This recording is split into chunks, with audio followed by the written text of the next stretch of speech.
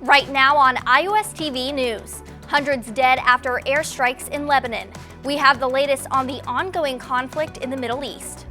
Plus, the number of e-scooter brands around town might be getting smaller. Why the city could be putting the brakes on its relationship with one of the companies.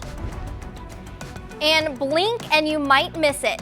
See a new collection at the Lilly Library that's proving no gift is too small.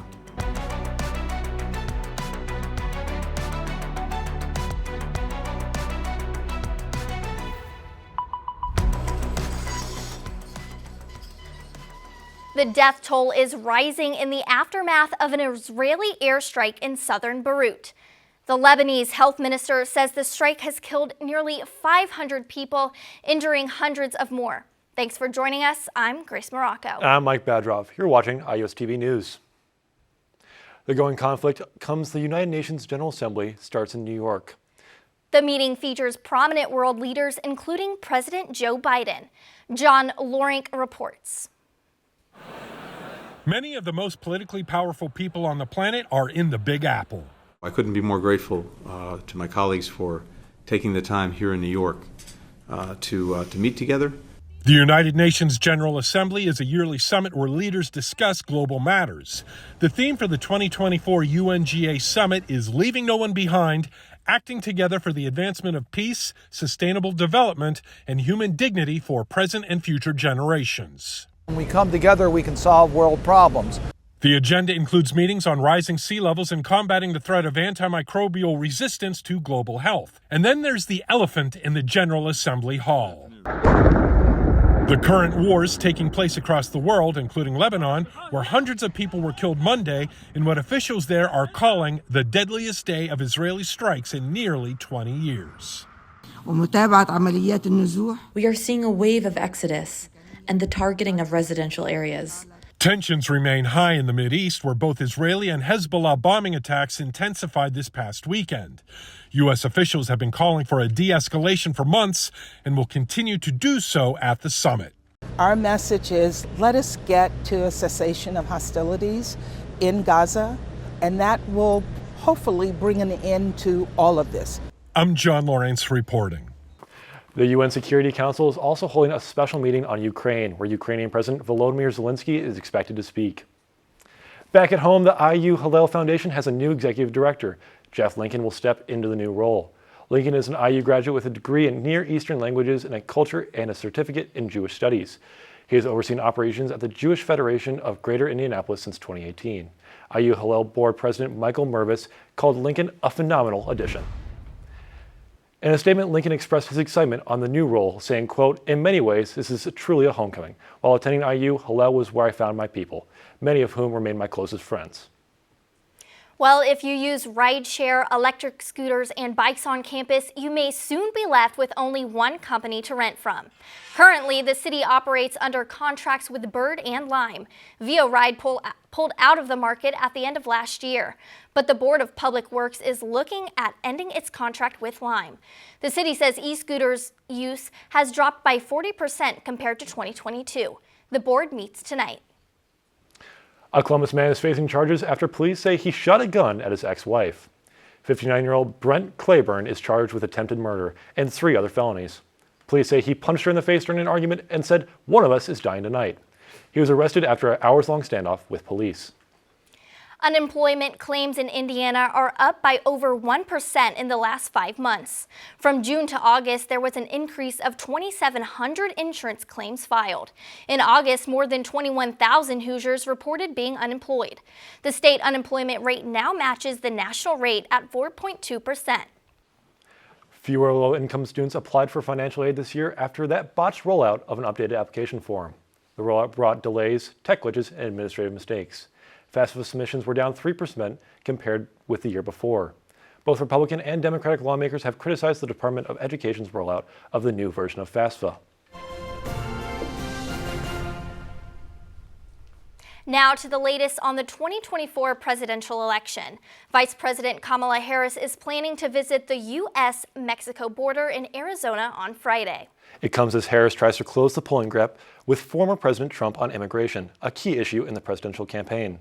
Her campaign plans to use this trip to push back on GOP attacks over Harris not visiting the border enough. The Arizona trip comes with the border crossings at their lowest level since 2020. New polling shows Trump leading in the battleground state. Former President Trump cast himself as a protector of women at a Pennsylvania rally Monday evening. He claimed American women won't be thinking about abortion if he's elected. Take a listen. You will be protected, and I will be your protector. Women will be happy, healthy, confident, and free.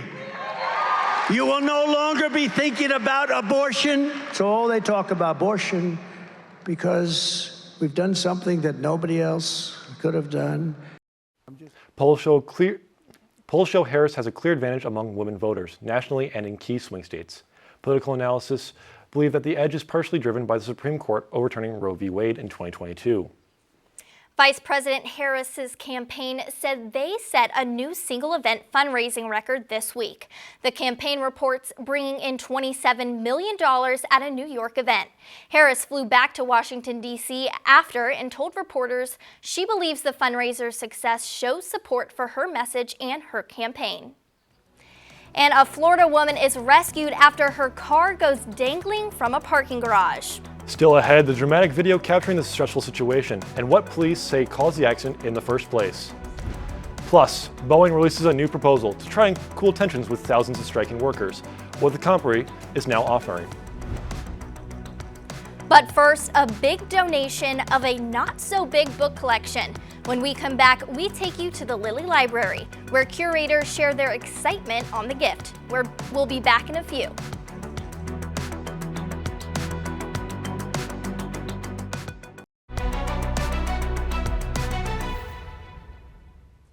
The IU Lilly Library is one of the most renowned collections in the state, if not the country. But deep inside the library's big collection, you might find the smallest things catch your eye. Our Paris Payne takes you on an inside look at the miniature book collection and the history behind them. A not-so-small donation was made to the library by miniature book collector Ruth E. Adamite. There are a few really special things, some of which I will be showing you today.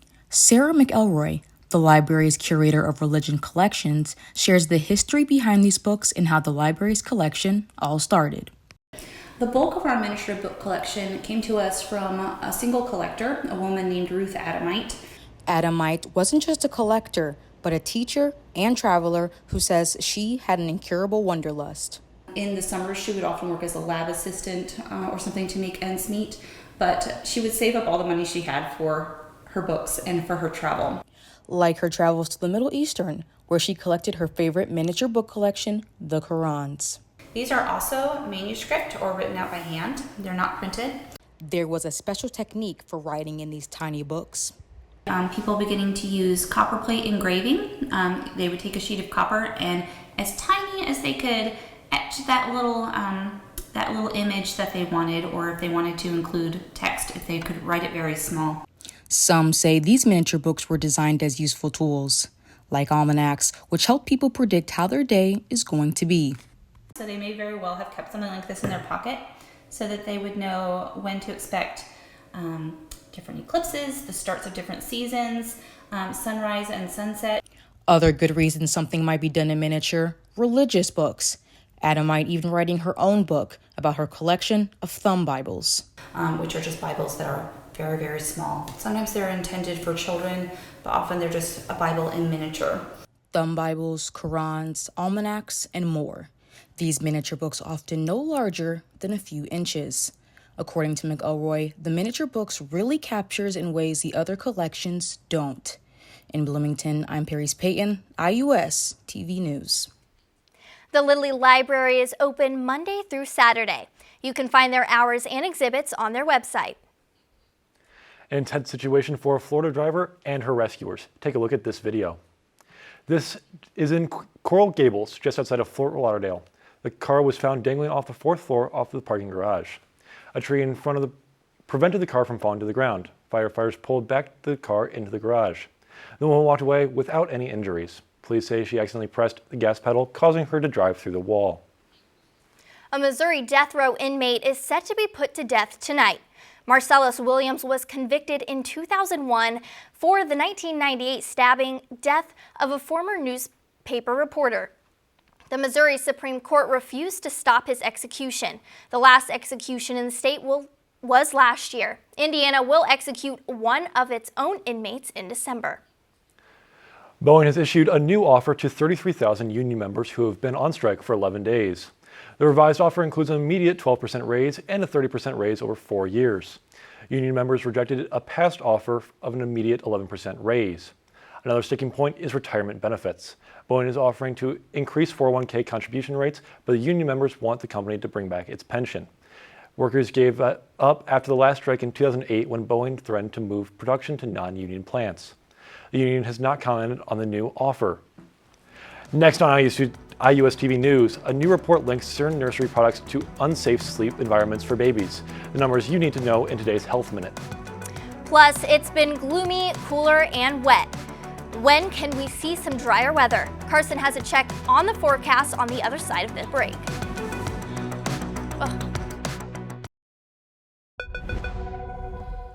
It's a leading cause of injury and death for young children. Certain nursery products are linked to unsafe sleeping environments. And in a new report in honor of Baby Safety Month, shows the danger is still there, despite efforts to make parents aware.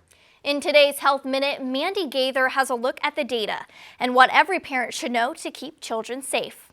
It remains a dangerous problem. The latest data from the Consumer Product Safety Commission shows there were 523 deaths associated with nursery products reported among children under 5 between 2019 and 2021.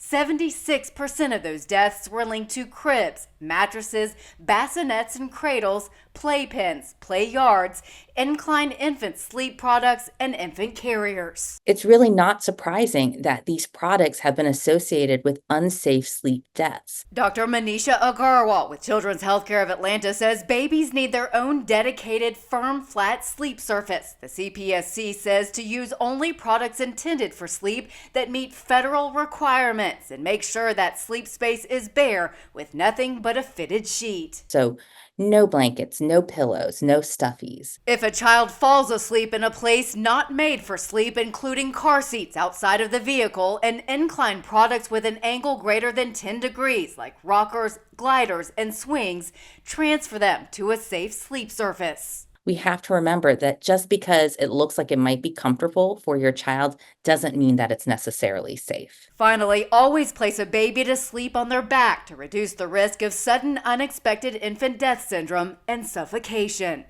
For Health Minute, I'm Mandy Gaither.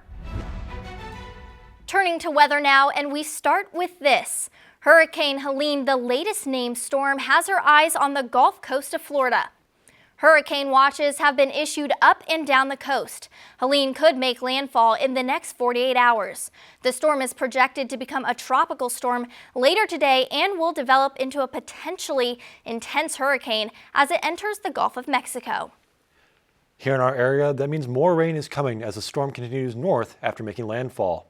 As we see there, just a really dark and gloomy kind of Bloomington weather right now. I know I got poured on outside, and I was really scared about the suit because I don't really have dry cleaning set up for me.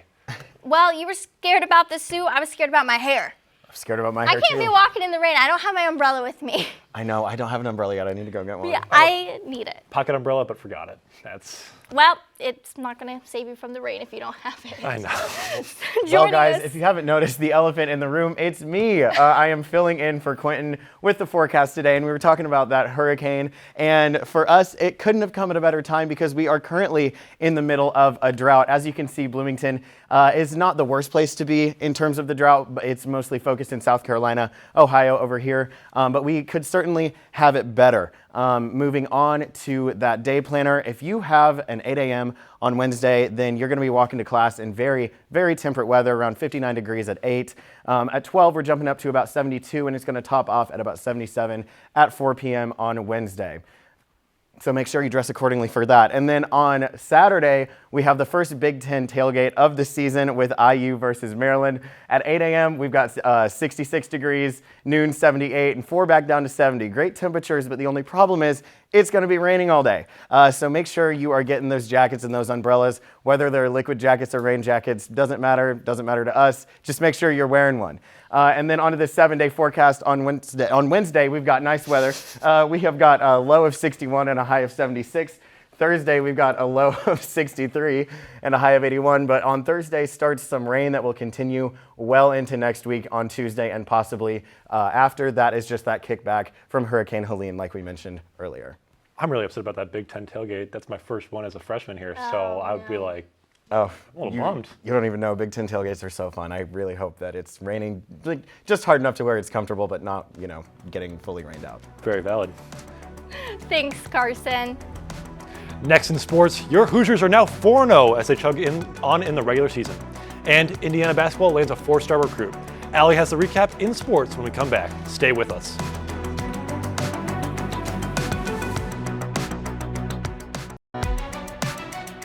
It was a mixed weekend for athletics at IU. Welcome back, Hoosier fans. I'm Allie Hom, and let's start with football. Indiana football dominated Charlotte with a 52-14 victory, improving to a 4-0 for the first time since 2020. The Hoosiers set a program record for points scored over 4 games and surpassed 400 total offensive yards for the first time since 2019. Quarterback Curtis Rourke excelled, throwing for 258 yards and 2 touchdowns in just 3 quarters, while also adding a rushing touchdown. Indiana's run defense struggled, though, allowing Charlotte to average 5.1 yards per carry in the first half. The 49ers briefly made a one-possession game at 17-14 before IU pulled away. The keys to that is early in the week. We're working that stuff every week. Every day we're coming out and we're working on things that we're doing in the game. So by the time we get to the game, it's second nature. The Hoosiers face Maryland this Saturday at home for another noon kickoff. Now to women's soccer. Indiana fell 2-0 to number 25 USC. The first half was a contested one, with freshman Layla Serta nearly scoring before halftime. USC took control in the second half, finding the net in the 63rd and 72 minutes. Despite late attempts from Sidra and Kennedy Neighbors, the Hoosiers couldn't cut the deficit. Indiana's all-time series against USC dropped 1-2. It's obviously a tough result, disappointing result. Proud of the team of how they came out after the result against UCLA. It was obviously a tough result as well, and I thought that we played overall well. There's still plenty of things to improve upon. Next, the Hoosiers will head to the West Coast to face Oregon and Washington. Indiana men's basketball has added 4-star recruit to its 2025 class. Trent Sisley, a 6'7" forward from Lincoln City, Indiana, played at Montverde Academy in Florida. Sisley chose the Hoosiers over offers from top programs like Michigan State and Purdue. He is ranked as the number 14 power forward and number 70 overall prospect by 24/7 Sports. He is the first in-state recruit secured by Woodson in his 4-year tenure. The Hoosiers kicked off the season with an exposition game against Tennessee on October 27th.